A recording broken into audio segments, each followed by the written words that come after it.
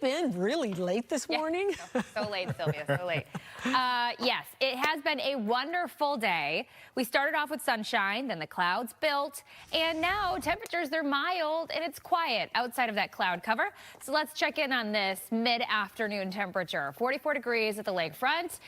We seeing 44 at O'Hare as our high, 47 in Aurora, 48 at LaSalle. So that's what I mean. We were very mild. Temperatures about 10 to 15 degrees above where we should be for this time of year.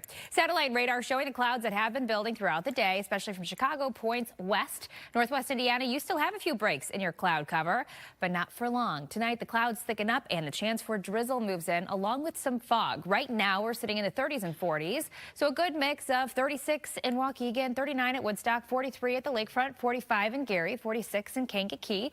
And tonight, temperatures are dropping down to about 35. We're going to have that breeze coming in out of the southeast around 5 to 10 miles per hour. As mentioned, we have that chance for drizzle. Most of it is going to start tomorrow morning. So I'm talking about 4 to 5 a.m. is when we could start to see that wet weather move in. And so tomorrow we're going to have the cloudy conditions, but the temperatures will be rebounding back to the 40s again. And watch out for that fog to develop too tonight. So take it slow on the roads because of that potential for drizzle and fog. We'll take a look at our full extended forecast, including all the mild temperatures ahead. Back to you. All right. Thanks, Caitlin. The NFL playoffs are set, and the Bears have the #2 seed in the NFC and a highly anticipated rematch against the Packers at Soldier Field, which you can watch right here on Fox Chicago. Oh, yeah. Let's bring in Tina Wynn, who looks like she's ready to rock and roll. The city's hyped, but the regular season ends the same way it started, with concerns about the team's performance. It's the all-black, huh? Yeah. It's the all-black. All right. Hey, after yesterday's loss to the Lions, Caleb Williams said the Bears came out, quote, a little flat. Ben Johnson said, quote, we can't dig ourselves in a hole like that. One game may not overshadow how much the Bears have turned things around this season, but with the short week before Saturday's wildcard round matchup against the Packers, they've got some work to do. The Bears offense set or tied several season lows, including points, total yards, rushing yards, and first downs. The result, back-to-back losses for the first time since they started the season 0-2. But as Ben Johnson explained today, that losing streak was then, well, this is now. The end of the regular season and the start of the postseason is just a natural new start. And so, you know, I think early in the season, we didn't know who we were quite yet, and we were just in a race to improve. And that was really what the messaging was about. This is a little bit different because we're going to be on a short week against an opponent that we know really well. They know us, we know them. It's a long season, early bye week and all that, and yet I expect them to come in and have a new sense of energy about them, because I think it's going to feel a little bit different. And don't forget, you can watch the Packers and Bears game right here on Fox Chicago Saturday at 7 p.m. It's the second half of an NFL doubleheader that begins with the Rams and Panthers. And stay with us here on Fox Chicago, because after the game, yes, we've got full post-game coverage where you will also hear from Ben Johnson and the players. Packers, by the way, have lost 4 straight, but they'll get quarterback Jordan Love back after he missed last week with a concussion. Terrence and Sylvia, back to you. Tina, thank you. Here's the latest on the situation in Venezuela. Nicolas Maduro, the former leader of Venezuela, and his wife were in court this morning in New York. They pleaded not guilty to drug and weapons charges. He made it clear he still thinks he's the president and that he's innocent. U.S. military took him and his wife in a raid last weekend. Now, this has people talking about what all of this means for the region's stability. Steve Harrigan explains why other countries are now on edge. At this border crossing, there is one thing different today: the presence of Colombian military armored personnel carriers. They're here to make sure the situation remains stable after the weekend capture of Venezuelan leader Nicolas Maduro. Colombia is usually the first stop for Venezuelans fleeing the country, with more than 3 million now living here. If there's more violence inside Venezuela, here is where they're likely to come. So officials are bracing for a potential humanitarian crisis. Colombia has engaged in measures to protect the civilian population and preserve the stability of the border. The military is also on high alert following a suggestion from President Trump that Colombian President Gustavo Petro could be the next to go, accusing him of supporting drug traffickers. He has cocaine mills and cocaine factories. He's not going to be doing it very So there will be an operation by the U.S. It sounds good to me. Meanwhile, on the streets of Caracas, there has not been any sort of widespread violence, but we're seeing the start of what could be significant protests from Maduro's political party, calling for their former leader to come back. We are here to support our president, who was unjustly kidnapped by the empire. And among those crossing the border today, there is real concern about what happens next. It will be a slow change because apart from Maduro's capture, there was nothing else. Right now, the level of border traffic here is normal, but that could change if violence in Venezuela increases. In Cucuta, Colombia, Steve Harrigan, Fox Chicago. Well, as the international fallout continues, the impact is now being felt right here, I should say, at home. Yeah, for Venezuelans living here, it is hard not to feel it personally. They're worried about their families back home, their country's future, and what role the U.S. might take in all of this. Leslie Moreno is live in Chicago with reaction to this. Leslie? Hey guys, good evening. Yeah, we've seen a mix of emotions all weekend. We've seen celebrations as well as protest with lots of questions and concerns regarding what comes next and the motives behind the capture. Here in Chicago, we spoke with Panas in Chicago, a nonprofit organization for Venezuelans. The group says many are relieved to hear about Venezuela's President Nicolas Maduro's capture. For many Venezuelans who fled Maduro's long, hard rule, they see his removal as a long overdue answer to corruption. Others worry the U.S. isn't acting purely for humanitarian reasons and question the motives behind the operation. Venezuela has some of the largest proven oil supplies in the world, and some argue that Washington's plan to run the country temporarily could benefit U.S. oil companies. We just spoke with Martin Albert with Panas in Chicago. He tells us he fled Venezuela in 2017 and says this is a moment of celebration. The beginning of the end of the nightmare that we are going through these last 25 years. People don't understand that we are already invaded by a lot of people from China, Iran, Russia, and they are already taking all the resources that we have in our country.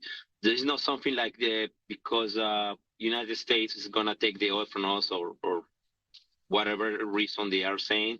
It's something that we are very happy about this situation because it gave us like the hope that the law is gonna be enforced in some couple of years probably, and we will get the chance to be in a country that we feel safe.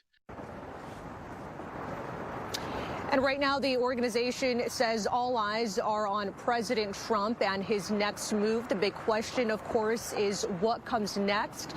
The organization says it will continue supporting Venezuelans here in Chicago. For now, reporting live here in the Loop, Leslie Moreno, Fox Chicago.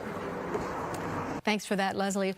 Make sure to stay with us for the very latest on the Maduro capture and the fallout in Venezuela. Coming up at 4:30, we're going to learn more about his court appearance and speak with a legal expert about the situation.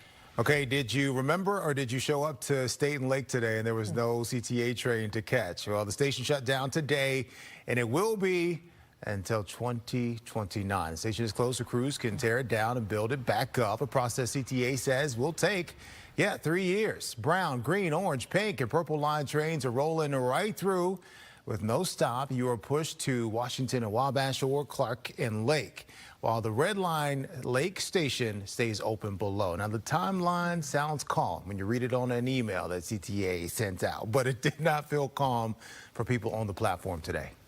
3 years is a crazy amount of time. Yeah, I'm sure it's necessary. Like, the scaffolding is probably pretty old and rusty, but yeah, 3 years is kind of a long time to mess with everyone's commute. Well, you are waiting this out for elevators, wider platforms, and a station that actually works for how people move now, according to CTA.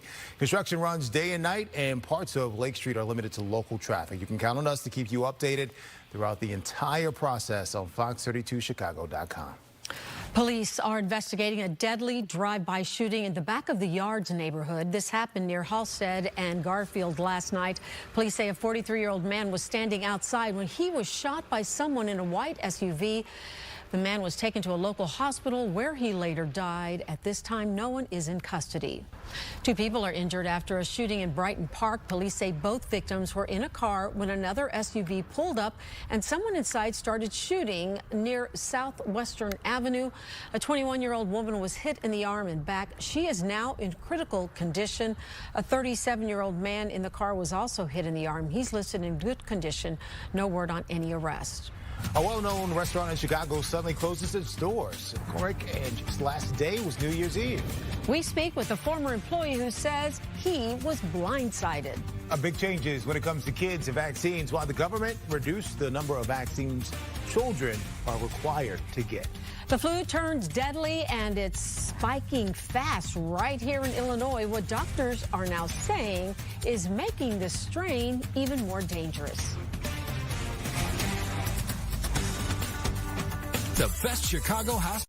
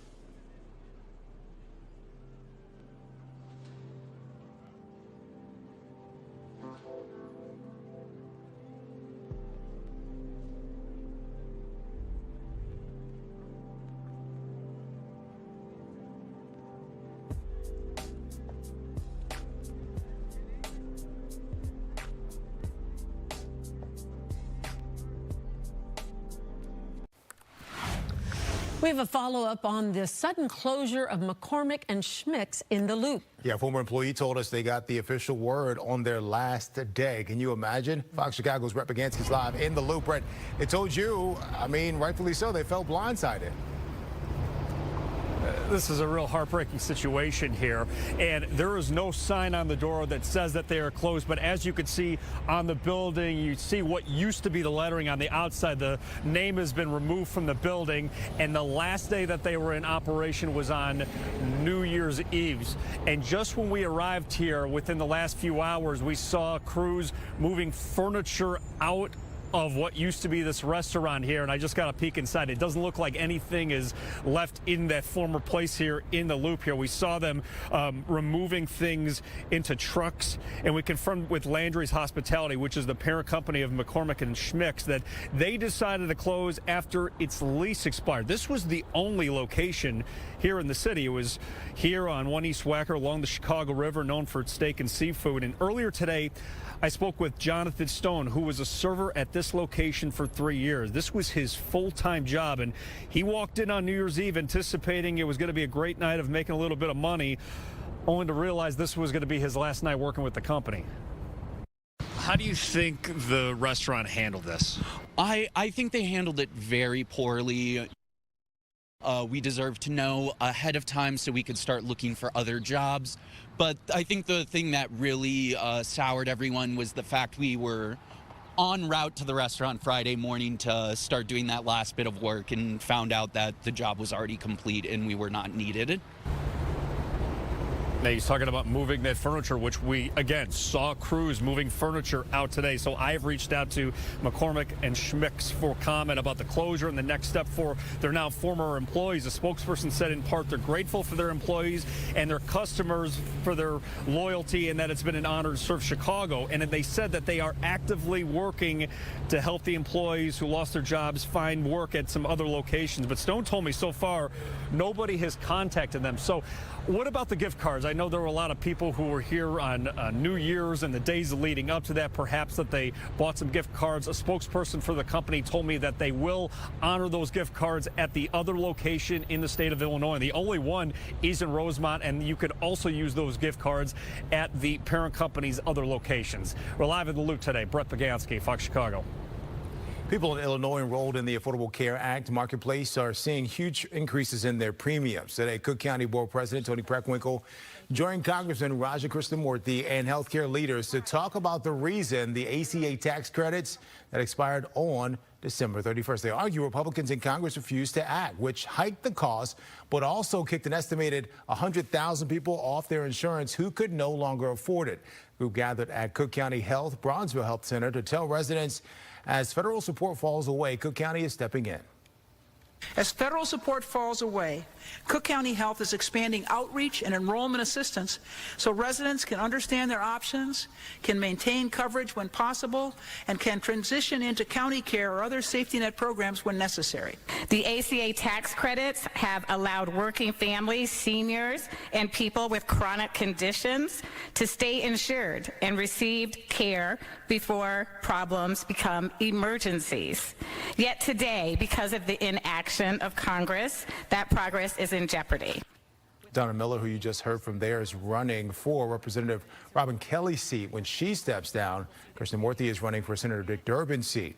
This year, 550,000 people in Illinois enrolled in the ACA marketplace. That is almost 20% increase over previous years. Faith leaders gathered with community members outside of Trump Tower this morning to protest property tax hikes. They're calling these hikes a modern-day land grab that's devastating the west and south side. They met at Trump Tower because they say that building's property taxes were reduced, while people living in West Garfield Park and North Lawndale saw their taxes go up as high as 133%. They're condemning the Cook County assessor and the Board of Review for what they call targeted property tax hikes on poor and working class families. Faith leaders say this is a moral crisis, that is, not just a financial problem, and they will not be backing down. Because for those of us in places like West Garfield Park with a 133% increase, Lawndale with a 99% increase, Inglewood with an 80% increase, and a 39% reduction for Donald Trump. And so clearly, Donald Trump gets the tax break, and on the west side, we get the tax bill. They're calling for an immediate rollback and a freeze at prior levels. Both candidates for Cook County assessor have agreed to participate in a public debate on this issue. That date has not been announced yet. The CDC has made a big change to the vaccines kids are supposed to get. Instead of 18, now it's down to 11. Vaccines like measles, mumps, polio, HPV, and chickenpox are still on the list, but vaccines for RSV, hepatitis A and B, and 2 types of bacterial meningitis are now only for kids who are considered high risk. The CDC says this won't affect families' access to vaccines or their insurance coverage, but some doctors are pretty concerned this could confuse parents and then lead to more diseases spreading. A child in Illinois has died from the flu. Cases really are jumping across Chicago, with ER visits at their highest in 5 years. The city just moved flu activity from high to very high, and this isn't just a local problem. Garrett Tenney is tracking what's driving this surge nationwide. Influenza infections across the nation spiked over the holidays in a flu season that the CDC is classifying as moderately severe. The agency estimates that there have been at least 11 million illnesses, 120,000 hospitalizations, and 5,000 deaths. 9 flu-related pediatric deaths have also been reported so far this season. There are no normal years. When it arrives with a bang and people get sick. Some of that unpredictability in the current season comes from a new flu variant dubbed as the super flu. Symptoms can include high fever, body aches, extreme fatigue, and more. This particular year, this variant, which is a subvariant of H3N2, it has several mutations in it that make it not a great match with the H3N2 strain that was included in the flu vaccine this year. More than 90% of H3N2 infections include a subclade K variant, which wasn't included in this season's flu shots. When a new strain of virus comes around, there's almost like a more severe illness from it. Still, health experts say it's too early to tell whether the mismatch is a major problem. Despite that, they are urging everyone over the age of 6 months to still get their flu vaccine, which should reduce the risk of severe disease and hospitalization. Vaccination is still very, very effective, even with the news of this new subclade K. Some experts also say holiday travel, misinformation, and low vaccination rates are contributing to the high flu activity. So far, roughly 130 million doses of the flu shot have been given in the U.S. In Chicago, I'm Garrett Tenney, Fox Chicago. All right, taking another live look outside. I mean, it's January, right? But it's not acting like it. Isn't this a great new shot that we have? Look at that. It's overlooking Lincoln Park. You see the water and the city skyline on a sunny day. This shot is worth 28 grand. Who would you say? Yeah, you know, and speaking about the flu, as a parent, I've been seeing this all over social media too, where we are just playing, you know, the reel in our head. Do we take the kids out to playgrounds? Do we keep them inside our house? Because we're so scared of them getting sick. Here's the good news, parents. This week, of course, many kids are going back to school this week, but also, if you just want to go outside, it will be comfortable. Finally, we're cracking into the 40s, if not the 50s this week. So very mild air is settling in. You can finally get out of the house and get some fresh air comfortably. Right now, the clouds are building. We had sunshine earlier today, and now we do have mostly cloudy skies, especially from Chicago points west. Northwest Indiana, you have a few breaks in your clouds, but we are all nice and dry for now. That's actually going to change as we head on into your Tuesday. The chance for some light drizzle is returning as soon as early tomorrow. We also have the chance for some fog to develop tonight, but temperatures outside right now are in the 30s and 40s. Right now it's 36 degrees in Waukegan, 43 at O'Hare and at the lakefront, 45 in Kankakee. It feels really good. Gary, 45 degrees, as well as in LaSalle. Now it is going to be cloudy out there, and tomorrow is going to be cloudy too. But on Wednesday, the sunshine will be back, so we get the best of both worlds. But talking about our future cast again, through the rest of the night, we are going to have the clouds thicken up, and into early tomorrow, the chance for a little bit of drizzle also in the afternoon. Our model is bringing in a touch of some light rain, 445, temperatures ranging for most upper 30s to mid 40s tomorrow. And then we work our way into Wednesday, and as mentioned, that's going to be our sunny day of the week. So Wednesday, remember this, sunny day. Thursday, the warmest day of the week. Thursday, we could be in the low 50s. But talking about temperatures on Wednesday, this is 4:30 in the afternoon. We've got that southerly breeze, temperatures ranging in the 40s, and the beautiful, mostly sunny skies. So this week is going to be mild. We're going to have a few rounds of rain, and then this weekend, temperatures plummet. I'll show you that on your full 70 forecast ahead. All right, thank you, Caitlin. McDonald's now facing legal action over one of its most popular items. And guess which one? A lawsuit filed here in Illinois while customers claim the McRib is a McFib. Did you write that? I did not. You wish you did, don't you? Okay, from a U.S. vice presidential candidate to ending his re-election campaign in controversy, Governor Tim Walz's political future is now in question.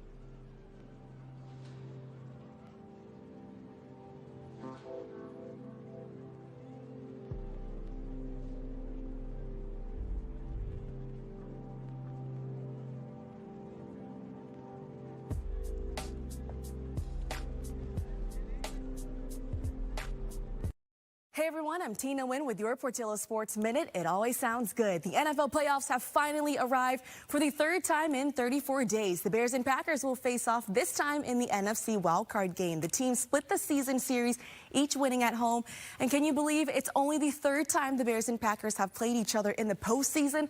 The first time was back in 1941 when the Bears won. The most recent game was in 2010, the NFC Championship, with the Packers winning 21-14 here at Soldier Field. Bears and Packers kick off at 7 p.m. on Saturday night. You can watch it right here on Fox 32 Chicago. If the Bears win this weekend, they will host a divisional round playoff game the following weekend. The other NFC matchup, the 3-seed Eagles host the 6-seed 49ers, and the 5-seed Rams travel to Carolina to face the 4-seed Panthers. The top seed Seattle Seahawks, well, they get the bye and have home field advantage throughout the playoffs. It will take the Bears 3 wins to reach the Super Bowl, which is February 8th in Santa Clara, California. I'm Tina Nguyen, and that is your Portillo Sports Minute. Minnesota's governor just announced today he is not seeking re-election. The reason why matters well beyond that state. Tim Walz says he needs to put his full attention on the job. Here's what's on his plate. Minnesota is dealing with a welfare fraud case involving child daycare programs. Programs use public money. More than 90 people have been charged so far. Federal investigators are still trying to sort out how the fraud lasted so long. Walz says he cannot run a campaign while this is still unfolding. The 2024 VP candidate had been seen as a Democrat with national potential. Stepping away now puts that on pause. Here's the criticism he's facing, and then you'll hear from him directly about his decision. And he's a stupid man, and he's a corrupt politician. And the Somalians are ripping off our country to the tune of, looks like $19 billion. Minnesota faces enormous challenges this year, and I refuse to spend a single minute doing anything other than rising to meet this moment. Republicans in Congress say they want answers about state oversight. They want to know who was watching these programs and what was missed. House Oversight Chair James Comer has asked Walz and the state's Attorney General to testify. Dropping out of the race does not change that. Defense Secretary Pete Hegseth has censured Arizona Senator Mark Kelly over controversial comments he made about the military. This is all stemming from Kelly's involvement in a video where he and other lawmakers called on troops to resist unlawful orders. The censure is part of a process that is unfolding, which could lead to a demotion for Kelly. He retired from the Navy as a captain, but a demotion would reduce his pension. Kelly called the censure outrageous and un-American and says Trump and Hegseth do not get to decide what Americans can say about the government. A 26-year-old man is now in custody following a break-in at Vice President J.D. Vance's home in Cincinnati. The suspect, William DeFore, was arrested at the scene after he reportedly broke windows at the home overnight. The vice president and his family were not home at the time, having already returned to Washington, D.C. Charges are now pending. The trial for one of the officers in the Uvalde school shooting is happening now. Adrian Gonzalez is facing 29 felony counts for abandoning or endangering a child. In 2022, 19 kids and 2 teachers died in the shooting at Robb Elementary. Gonzalez has pleaded not guilty. Over 400 officers waited more than an hour before taking out the shooter. The trial is expected to last several weeks, and this is the first of 2 criminal trials tied to the shooting. A class action lawsuit filed against McDonald's right here in Illinois. The fast food giant is coming under fire over its McRib sandwich. The plaintiffs claim this sandwich misleads customers by suggesting it is made from real pork rib meat when it allegedly does not have any of that. McDonald's says it uses 100% boneless pork and that it never claimed to use rib meat. The McRib made its world debut in 1982 and has sporadically appeared on McDonald's menus ever since. Comes in handy after a late night, though. Much more to come in our next half hour, including Venezuela's ousted leader being called to court after he was taken by the U.S. military over the weekend. We have the latest on that case, plus a legal expert is weighing in. And we're keeping our eyes on the sky. Caitlin has another update on what's in store for you tonight. If you want total health care from a provider you trust, hi, Blair. Right in the palm of your hand, If you want soup, sweatpants, and zero in-person contact. If you want wellness wherever. Our virtual primary care delivers with great website manner. No worries. So choose your doctor from our profiles and enjoy the healthiest online relationship you've ever had. House calls have evolved. Advocate Healthcare. You just get more when you bundle and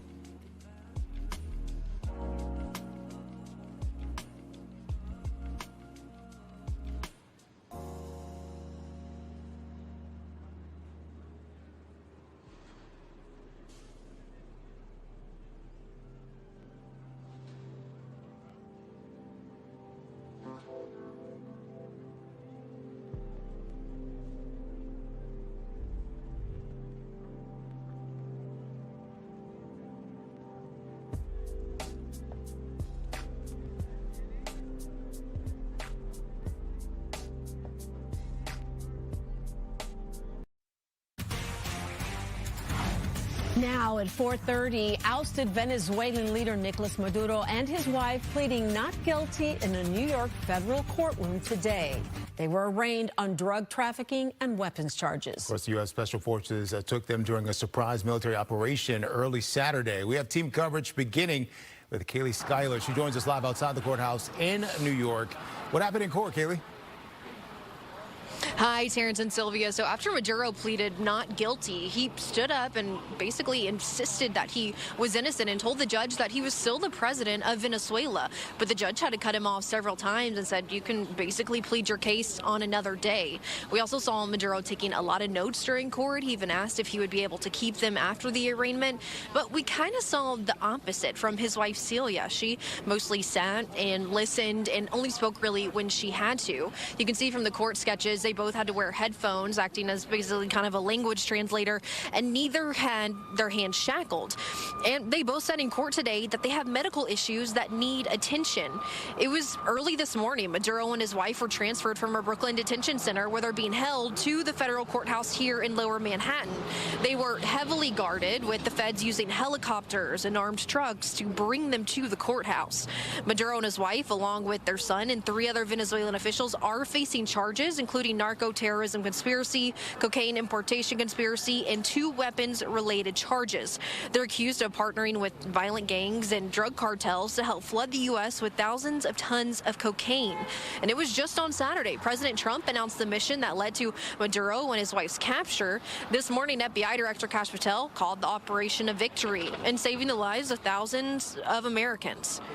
But Venezuela acted not only as a large and massive transshipment point by air and by sea, but also allowed drug traffickers to operate with reckless abandon inside their borders. And their direct target of deployment was the United States of America in large part. And that's what these charges, in my opinion, I believe will address.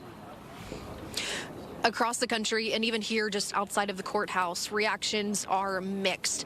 We saw a lot of people out here today who are praising President Trump, but a lot of other people are really upset. And we saw some people who were holding signs that said hands off Venezuela, and some said release President Maduro now. As for what's next, right now we know the next court date is March 17th. In New York, Kaylee Schuyler, Fox 32 Chicago. Kaylee, thank you. Lots of people upset, as she said, but a lot of people are confused as well. So we want to bring in legal analyst Karen Conti to talk more about the latest developments in this case. Karen, thanks for joining us. Let's talk about today's legal proceedings. Maduro's attorney said that he expects a major legal battle over what he calls Maduro's military abductions. Do they have a case questioning whether the capture of Maduro and his wife is in fact legal? Well, they sure do. The Congress, and only the Congress, can declare war, and a lot of people can argue that this is a declaration of war. The second thing is that there's a UN charter provision that says that countries cannot just go in and challenge the integrity of another country and challenge its sovereignty. And the third issue here is sovereign immunity. Does a president of a country have sovereign immunity that would just immunize him from any prosecution in our country? So those are the three basic principles that I think he's going to argue. Let's slow it down a little bit, Karen. If there is a violation of the law here, how will that affect his trial in the U.S. and what possible sanctions could be levied on the U.S.? It's a question you're seeing a lot on X and Facebook right now. Yeah, what's very interesting is there's a long-term precedent that says that no matter how you come to this country, whether you're grabbed wrongfully against international or local law, you can still be prosecuted here, and it's not a defense to the charges. So even if his lawyers lodge that argument, it's probably not going to affect how his trial goes. Now, if there is a sanction by the UN, I don't even think that's going to happen. Why? Because the United States has the ultimate veto power when it comes to sanctioning countries. So as a practical matter, it may be that no matter how wrongful this was, if it was wrongful, that the Maduros are still going to be tried. Okay, so let's talk about the charges that they are facing. 4 criminal counts of narco-terrorism, cocaine importation conspiracy, and possession of machine guns and destructive devices. So how tough is this going to be to prove, and what kind of sentencing are he and his wife facing in a trial? Well, this is going to have to be, it has to be proven that the Maduros were in charge of it, just letting it happen. I mean, you can't prosecute our politicians because we have a drug trade in this country. You're going to have to prove that they were in charge of it, that they were navigating it, that they were profiting from it. And this is going to be a heavy document case in that regard. And so, yeah, I think it's going to be more difficult to prove than just they let it happen. And, they can do a serious amount of time. The Maduros are looking at 10 to 20 years as a minimum and life imprisonment without the possibility of parole on the long side and a $10 million fine. So all of these things are very severe. Tell us about the Maduro's attorney. Should we recognize this individual? Yeah, Barry Pollock is a very good lawyer. He represented Julian Assange, who was the WikiLeaks guy. He's a Washington-based lawyer. He's the real deal. Excellent lawyer, very aggressive, and he's got a background in finances. He's a CPA, so he handles cases all the time that have a lot of documents and a lot of financial documents. So he is very, very aptly suited to do this representation. Plus, he's got a big firm behind him, and I'm sure they're going to pull out all the stops here to defend him. Okay, Karen Conti, thank you so much for joining us and helping us to break this down. We appreciate your time. Absolutely, and Happy New Year to everyone. You too. Same to you. Local reaction pouring in today as the U.S. considers the next steps in Venezuela. Yeah, Chicago is home to tens of thousands of recent Venezuelan migrants, many of whom are letting their feelings be known today. Political reporter Paris Schutz is here. He picks up our team coverage. Paris? Yeah, Terrence and Sylvia, there are a lot of folks with a lot of opinions on both sides of the spectrum here, but Venezuelans make up a large percentage of Chicago's newest residents, fleeing from poverty, crime, and persecution under Maduro's regime. Here in Chicago, a divide over President Trump's decision to sack him and bring him to the United States to face charges, leaving Maduro's vice president and the rest of his government in charge. Now, local protesters have already taken to the streets this weekend to decry the move as illegal. But Luciana Pedota is the president of the Chicago Venezuelan Alliance. He says the local Venezuelan population is rejoicing the toppling of the head of the regime. Venezuelans are extremely happy about the removal of President Maduro, or I shouldn't say President Maduro because he was not. He was usurping the presidency of Venezuela. So they're very happy. We are all very happy that Maduro has been removed. Now, Pedota says he wishes protesters understood the scope of the human rights violations committed under Maduro. Local groups include the Chicago Teachers Union, the Chicago Alliance Against Racist and Political Repression, and others who point to Trump himself as hewing toward dictatorial ambitions. They want to be dictator in open violation of international law and U.S. law, invading a sovereign country, kidnap their president, kidnap their first lady, and call this just. This is a criminal act and must be denounced. And Sylvia and Terrence, very interesting what Karen Conti said, because UN officials did express concern that this did violate UN charter, and the UN ambassador from the U.S., Waltz, basically saying it's not an act of war. And that's the messaging they're using to say it doesn't violate the law because this is a domestic law enforcement action. So we're going to have more on all of these angles tonight at 10 on the Chicago Report. All right, Paris, thank you.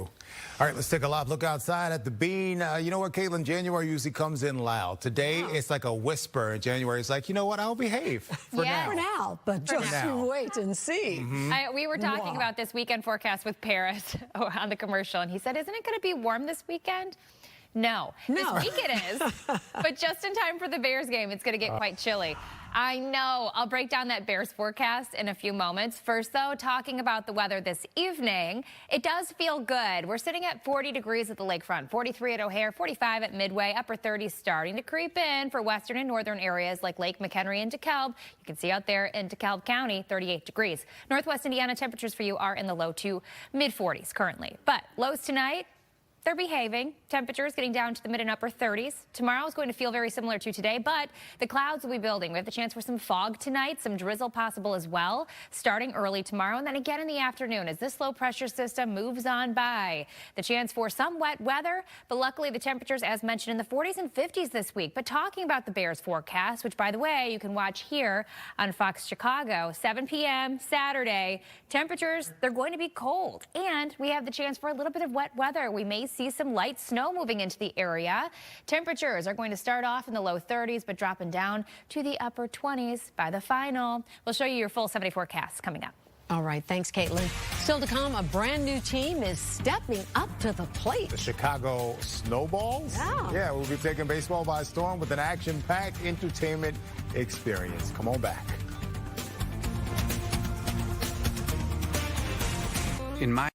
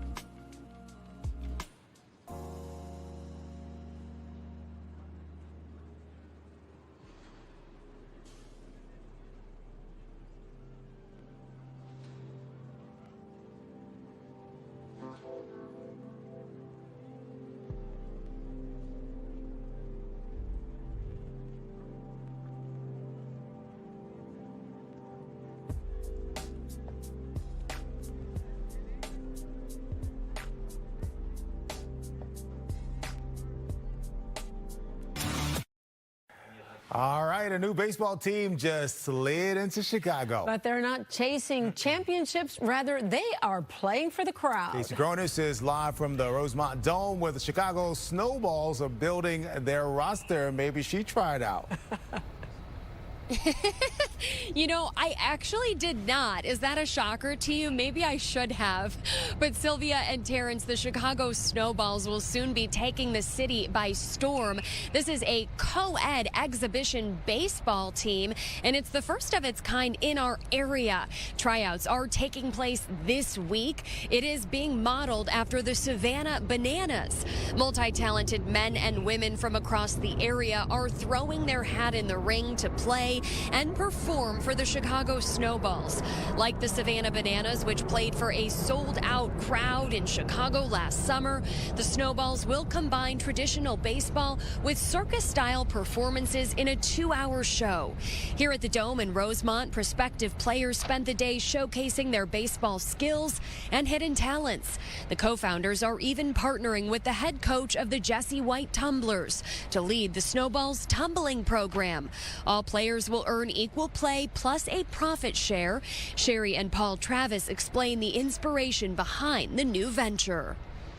Feedback or the turnout that we've had, the response for us saying we're going to start out with equal pay, equal play for women and men has been so exciting to hear about, like the young people, like kids who are like, wow, I want to be a Chicago Snowball. It's been unbelievable. I mean, honestly, there is great talent, great energy. The coaches are really excited about what they're seeing, and just some really nice, great people that I think are going to be part of what we want to bring, which is, of course, the magic. The Snowballs season opener is set for May 3rd at Kerry Wood Cubs Field. So who will they play? Well, a second team is in the works, and the public can help enter a contest to name that team. Now, you can get a sneak peek of the talent during a Snowball benefit this Friday. Tickets are just $15. That'll happen right here at the Dome, and it will benefit local youth sports. Reporting live at the Rosemont Dome, Casey Cronus, Fox 32, Chicago. That's awesome, but I think you have what it takes too, Cheetah Girl. I'm just saying. Cheetah Girl.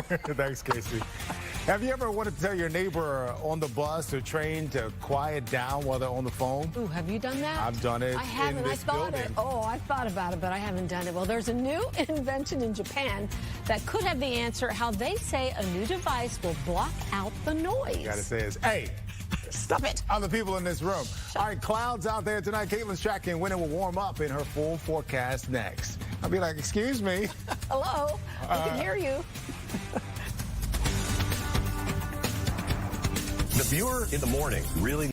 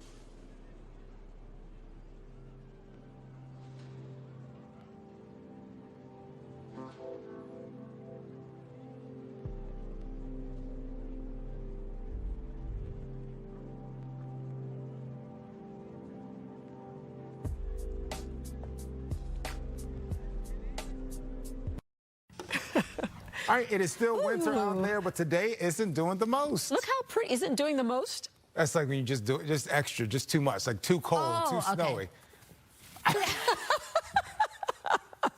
Isn't doing the most what, T?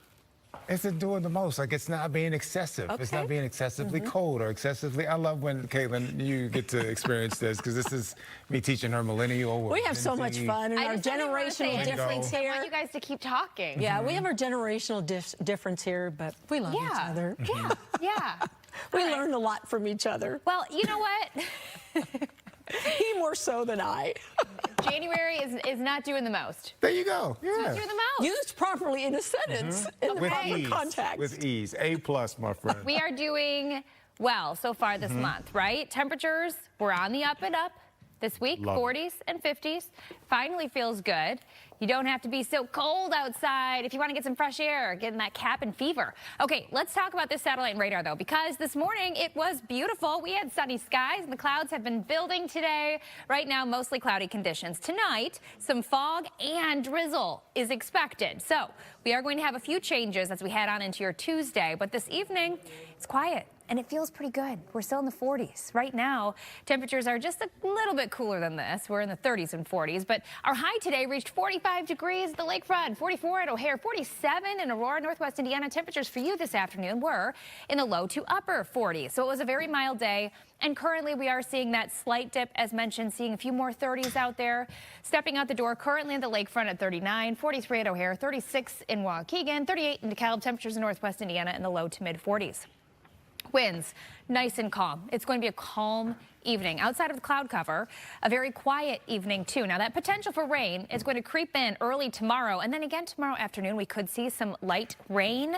But the temperatures, they're very similar to what we had today. Over the next 48 hours, let me take you through. So first of all, tonight, we're dropping down to the mid-30s. We're going to have that potential for some fog. So tomorrow morning, you could see drops in visibility, also that potential for some light drizzle. And then we work our way into the afternoon. Temperatures are going to be in the low to mid-40s tomorrow for your Tuesday. That potential for rain holding on, especially for locations north of the city in the afternoon. And then on Wednesday, that's going to be our beautiful day of the week. So Wednesday, sunny skies, temperatures back to the 40s. And then on Thursday, that's our warm day of the week, as highs could be in the low 50s. But let's talk about that potential for some wet weather. So our futurecast shows, again, the clouds are building tonight. Tomorrow, we have the potential for some drizzle and fog to start. And then we have the chance for a little bit of light rain around. In the evening, even 8:45, still seeing some rain for our neighbors in LaPorte and Berrien County. But then the clouds start to move out. And Wednesday, it will be beautiful. Wednesday will be a great day to be outside. Soak up the sun because it's not going to last long. Here's your 7-day forecast. So temperatures right around 51 degrees Thursday. The chance for wet weather is back. Friday, 46, 37 on Saturday. Don't forget the Bears game is on our channel, Fox Chicago, 7 p.m. Temperatures are going to be cold, though. Upper 20s to low 30s during the game. Then Sunday, 31 is our high. And then we start off next week at 45 with beautiful sunshine. So this weekend, we are going to have that winter feel. But then early next week, the sunshine and mild weather is back. I hope you have a great evening. Enjoy these nice temperatures. We'll be right back.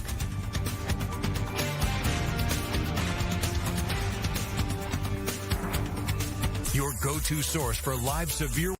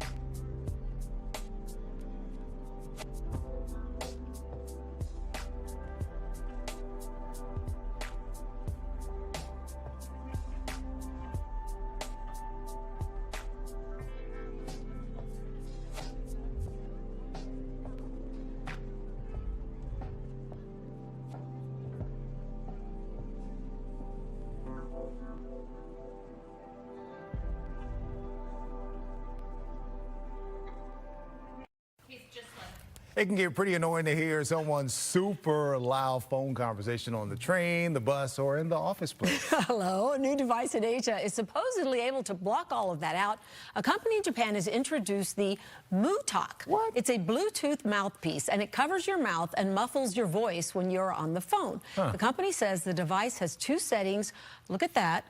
Looks like a virtual reality thing. That would be good for the coaches to use on the sidelines. Ooh, yeah, that's probably not going to be allowed, though, huh? Well, yeah. Yeah, well, anyway, the company says the device has 2 settings, one for regular talkers and one for really loud people. Okay. It claims when using it, even someone right next to you, T, won't be able to make out what you're actually saying. Okay. Like I'd Charlie be willing Brown's, to try that Charlie out. Brown's teacher, right? And then why is did you see the other picture? I think he was just on VR. I think he might have been playing a video that makes game or sense. something. That's actually smart. Yeah, okay. yeah. Okay, staying in Asia, a tasty delicacy fetching a massive price at auction. Yeah, check this out. This massive bluefin tuna in Japan sold for $3.2 million. Wow. That is a record. The buyer is a corporation that runs a popular sushi chain there. The record-setting fish was caught off coastal waters in the northern Japan region. Fish caught there can often demand more than $6,000 a pound. I did not know that. Bluefin tuna was a previously threatened species. Its population, or popularity, I should say, in sushi has something to do with that. But now they're recovering well after conservation efforts. That tuna, by the way, weighed 535 pounds. So she was thick. Okay, I get that. You got that one? Good. A lot of tuna rolls there, spicy rolls there. Okay, let's take you to Lake Superior State University. It's published its 50th annual banished words list. Oh, okay. Submissions came from all 50 states and a number of countries. Okay, the tradition started as a reflection on words that get a lot of misuse or they're misused, overused, or deemed generally useless. Okay, so here they are. Topping the list, of course, 6, 7. I'm so over that. And cooked. Others that made the cut are demure, massive, my bad, reach out. My bad and reach out also made the list decades ago in the 90s. And also on that list, the lowdown. Well, if there weren't so many culture vultures stealing phrases from certain cultures and then overusing them, they wouldn't need to be banned. Do any of those get on your last nerve? No. Absolutely. You like them all? Not a single one. When my little cousins were doing 6, 7 while I was home, I annoyed them and I did 8, 9, 8, 9. And they're probably, do they think you're cool? I don't know. You'd have to ask.